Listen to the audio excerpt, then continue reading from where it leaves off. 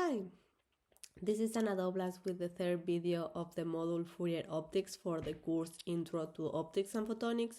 In this class, we're gonna dig a little more into the Fresnel and the Fraunhofer diffraction pattern. So we're gonna revisit how the scalar diffraction theory works, and we're gonna identify the conditions for the Fresnel region and the Fraunhofer region. We're gonna calculate when both conditions are met. We're gonna calculate the input response and the transfer function under Fresnel approximation. And we're gonna talk about how to determine the diffraction pattern in both, in the Fresnel and the Fraunhofer. So in the diffraction theory, we always gonna assume that the light travels from the left to the right, and we're gonna have here some mass that is gonna be illuminating with a plane wave. The illumination can change, but let's assume that we have a plane wave. So right after our mask, what we're gonna have is just the transmittance of the mask, right? But now we're gonna let propagate to different values, different distances, right? So at any particular distance, we're gonna find that our amplitude distribution is the convolution of the transmittance of the mask convolved with the free space input response. So H, Y, and Z, this is gonna be the free space. This is gonna be the free space propagation input response. And we show on the previous class that the input response, when we are assuming that we have two planes and separated by a distance, and every point of the input distribution emits a spherical waveform based on the Huygens principle, then we can have J lambda, the distance between both planes, and here we have 1 plus x squared plus y squared, square of the distance separating both planes, multiplied with a exponential j k, the distance, the square root of 1 plus x squared plus y squared, C12 squared. And this input response, this is the one telling us how the pupil transmittance changes through the propagation. So let's talk a little bit more about the Fresnel region, right? So starting like we start before the Rayleigh-Sommerfeld, we have two planes that they are separated by a distance c. Now we have assumed that the input plane is placed at c equal to 0, and here we have some amplitude distribution, but at psi radial extension is gonna be equal to 0. So u1 xy, this is 0 if the square root of x plus y squared is higher than L1, where L1 is gonna be the maximum radial extent for the input. And then we're gonna have something similar here. We're gonna define our output, but again, our output is gonna be constrained. So we have that the output distribution, that's gonna be 0 if x squared plus y squared is higher than L2. So L sub 2, this is the maximum radial extent for the output, and the L sub 1 is for the input. So we were talking about the Huygens principle, right, in the previous class. So that means that each point source within the input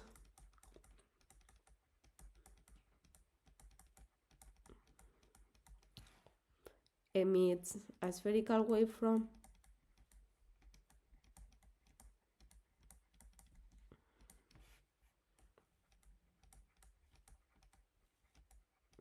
so that means that if we have a point here going to our object, this is gonna emit a spherical waveform with with the distance between two planes r12. So this is gonna be c12 squared plus x minus alpha squared plus y minus beta squared. This is something that we already introduced, but the difference here now is that the values x minus alpha squared plus y minus beta squared, the square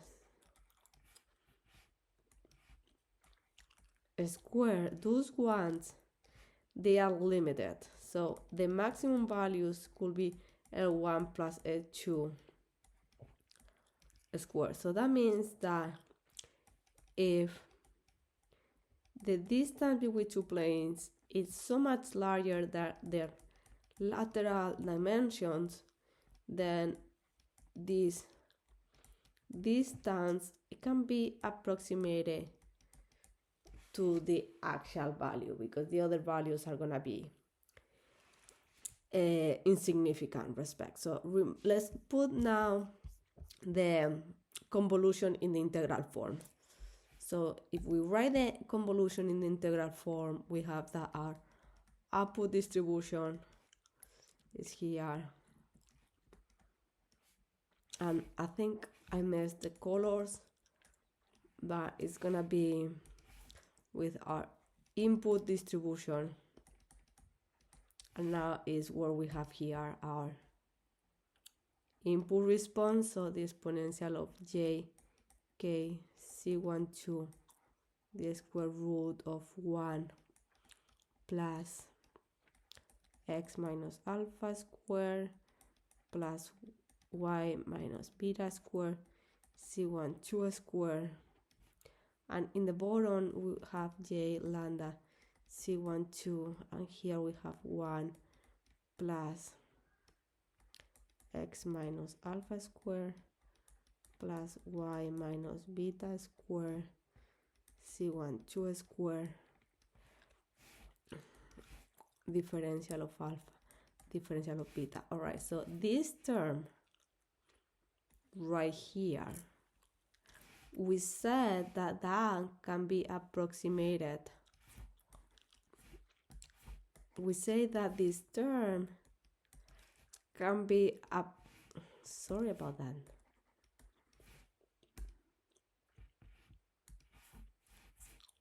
We say that that could be approximated to the distance, the axial distance, if the axial distance is much more larger than the lateral dimensions of the elements. All right, so we already know how to handle the bottom part. What about the exponential in the numerator? Wait, let me write this in a different way.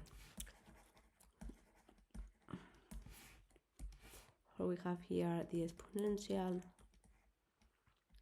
jk c12 square root of 1 plus x minus alpha square plus the same on the other dimension c12 square. All right, so what we are approximating here is that the square root of 1 plus x, if x is really small, can be approximated at 1 plus x over 2.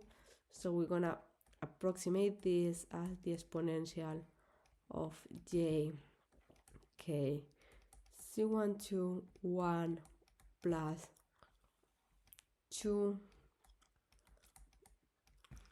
c1 square x minus alpha squared plus y minus beta squared. And this we can divide it in two components. One where we're gonna have just a plane wave, and then the other one where we need to be careful, but the distance on the numerator is gonna be cancelled with one of the denominator.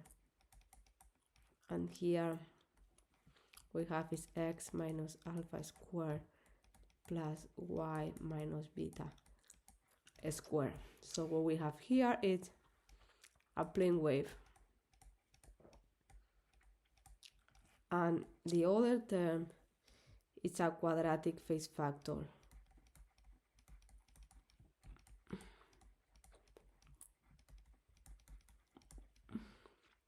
But what is important is to know that in Fresnel approximation,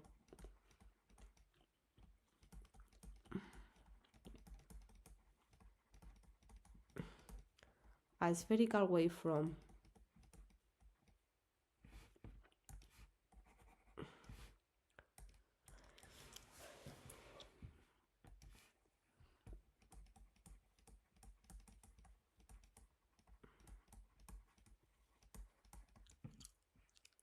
it's represented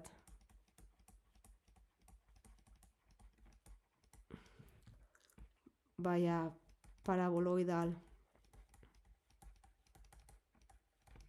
waveform. And if you remember, this is something that we talked in Module 2. Alright, so now we have our output. Here, the integral within all the region of what? Of my input distribution. And now the term that we have here is our plane wave, j lambda c12, and then our paraboloidal or our quadratic phase term.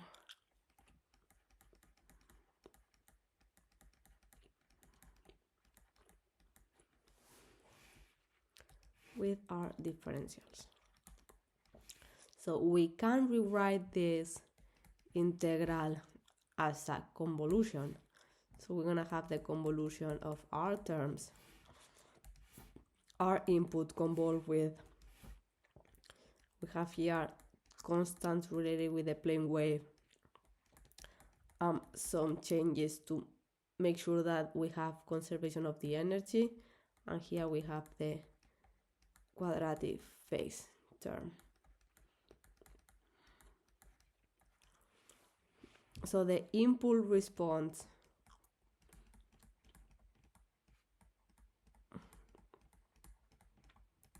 in Fresnel approximation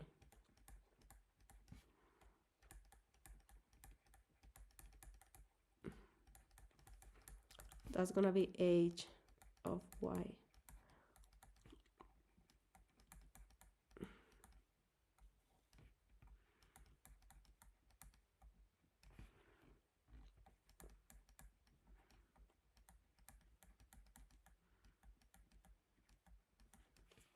and then our transfer function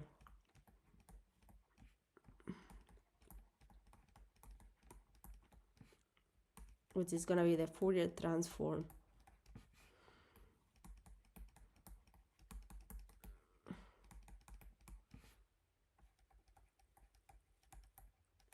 we're still going to have the plane wave here, and here we're going to have minus j by lambda c u squared plus v squared. This term right here, we have it because they are constant, so we need to keep it. So let's try to talk a little bit about how we're gonna estimate the amplitude distribution in the Fresnel region, right? So we know that the output can be given, or it's given by the convolution, which in the integral form we're gonna have here our input and then our input response, where we are shifting our x and y values across all the regions with alpha, right? So the plane wave and this constant, they don't depend on alpha and beta, so they can be put outside. Again, we can expand this quadratic fixed factor, so the terms going with x and y also can be put in front of the integral. And then when we have on the integral, we have the input distribution, a quadratic fixed factor going with alpha and beta, and then we have here our mixed terms where we go with alpha and beta, and then k is a wave number, so k is 2. So let me just make it here clear that all of us, we understand that k is 2 pi over lambda, so this is gonna be our wave number. So, well, if you can see this complex, this is the kernel of a Fourier transform. So this integral is the Fourier transform of the product of our input with the quadratic fixed factor. So at the end, the Fourier transform of a product, it's a convolution. So we have the convolution of the input spectrum already scaled with a negative quadratic fixed factor, which that's gonna mean that this is gonna be a converging paraboloidal waveform, and this convolution gets multiplied with another quadratic fixed factor with the same curvature, but instead of being converging, is diverging. So at the end, what you're gonna identify is that the diffraction pattern is the product of a quadratic fixed factor with the output of the convolution between a scale replica of the input spectrum and a quadratic fixed factor. So when we meet the Fresnel condition, so for meeting the Fresnel condition, we need to make sure that the lateral dimensions of the input and output are much more smaller than the axial separation between both planes. So in fact, this is the condition that we need to meet, and when we are saying that the third order of the axial separation is much more larger, much more larger means at least one order of magnitude. So let's try to have a couple of examples to teach you or to show you how we use the Fresnel condition. So they are saying here that we have a circular aperture of radius 1 centimeter illuminated by a normally incident plane wave, and we know that the wavelength is 500 nanometers, and we want to observe the Fresnel diffraction patterns within a region of 1 centimeter, and they ask us what is going to be the minimum distance between both planes. All right, so we know that our source wavelength is going to be 500 nanometers. You need to put everything in the same dimension, so it's usually useful if we use the meter. So here our maximum extension of the input is 1 centimeter, so that's going to be 10 minus 2 meters. We have the same extension for the output dimension, and we want to know the minimum distance between the two planes, right? So the Fresnel is telling us that the distance is much larger than L1 plus L2, going to the 4 power 4 lambda. So the distance is much smaller than the third root of pi L1 plus L2 for lambda, and that much more smaller means that needs to be at least 10 times bigger, at least one order of magnitude.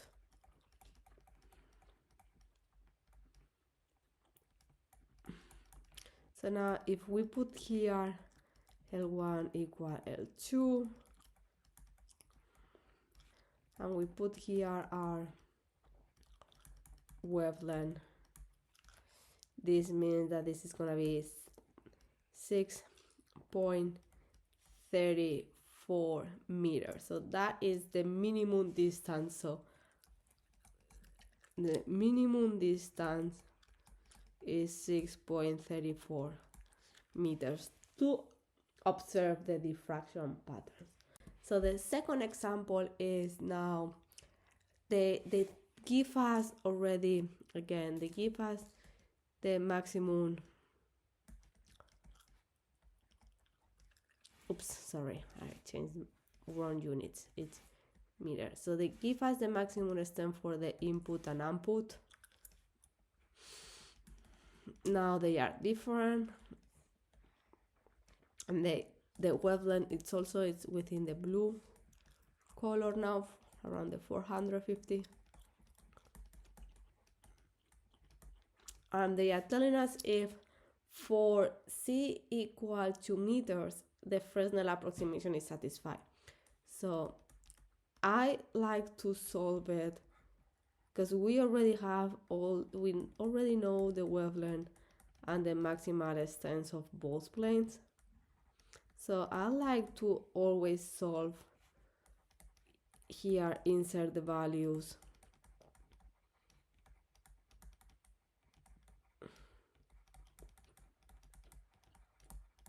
So if we insert the values here, this is going to be 1.647 meters, right? And we know that C value, the distance needs to be much more larger than C.36. Much more larger, that means at least C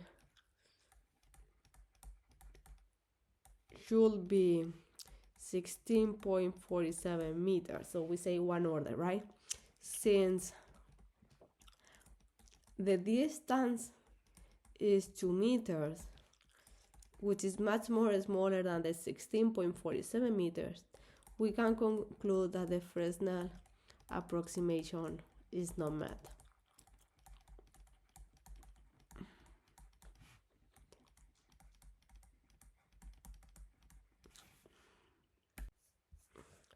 Alright, so we already talked about the Fresnel approximation, and now we're going to talk about the Fraunhofer, right? Remember, the Fraunhofer is farther from the Fresnel approximation, and the Fraunhofer diffraction patterns,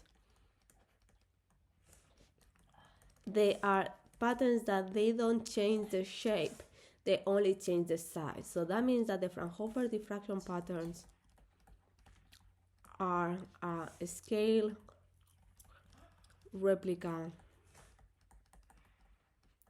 of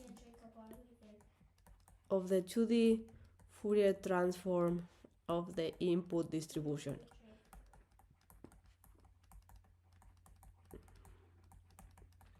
So that means that whatever we have as the output, this now is gonna be a scale version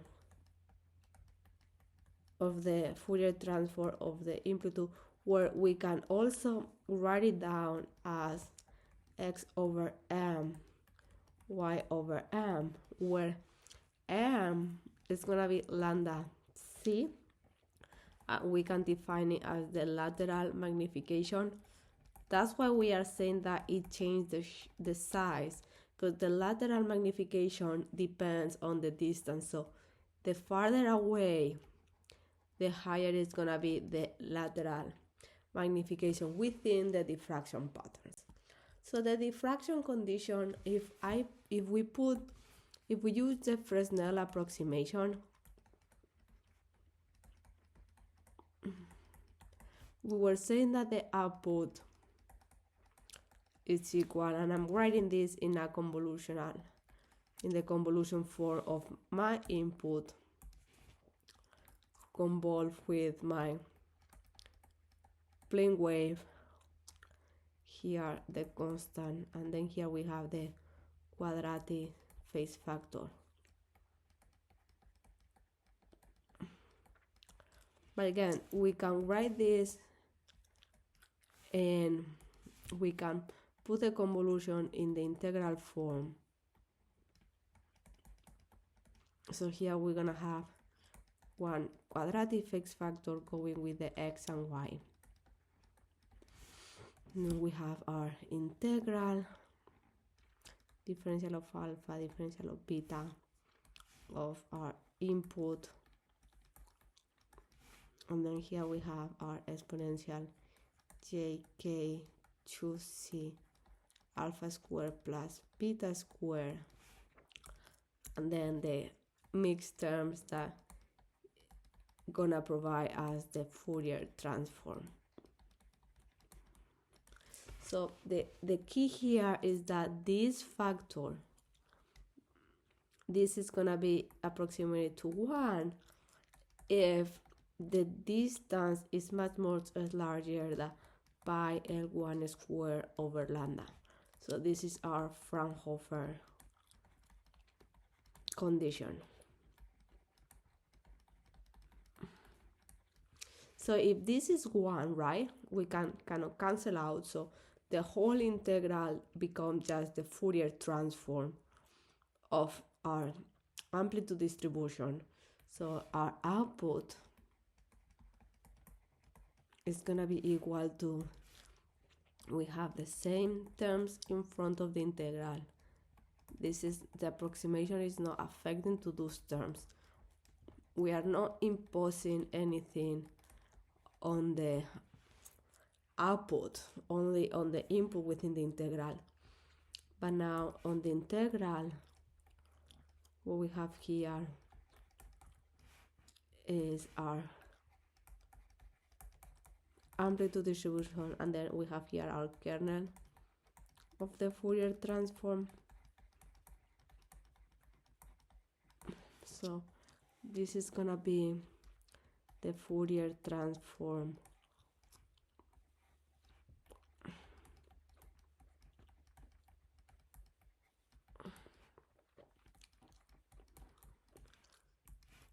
of our distribution. And the term, this term right here, this is just our diverging spherical waveform, which obviously when we estimate the intensity, that's gonna be a way, and we only care about the Fourier transform of our input distribution. So let's do an example for the Fraunhofer.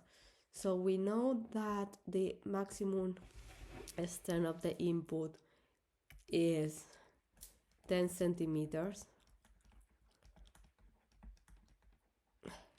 And we know that it's illuminated with a green beam.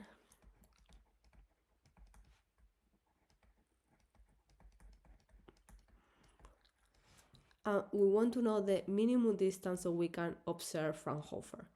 So the minimum distance is 10 times pi L1 squared over lambda. We can plug here our values.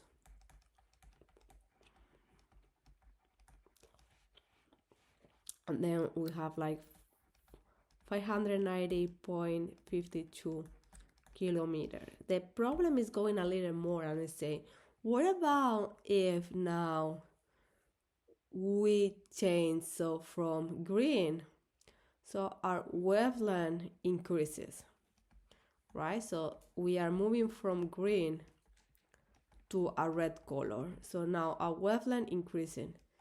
If our wavelength increase, then the denominator increase, so the distance that we're gonna observe is gonna become lower. And in fact, now if we plot the new values here, so we have pi, and here we have 0.1 squared over 633 pi minus 9. That is 496.3 kilometers. So it's almost 100 kilometers closer.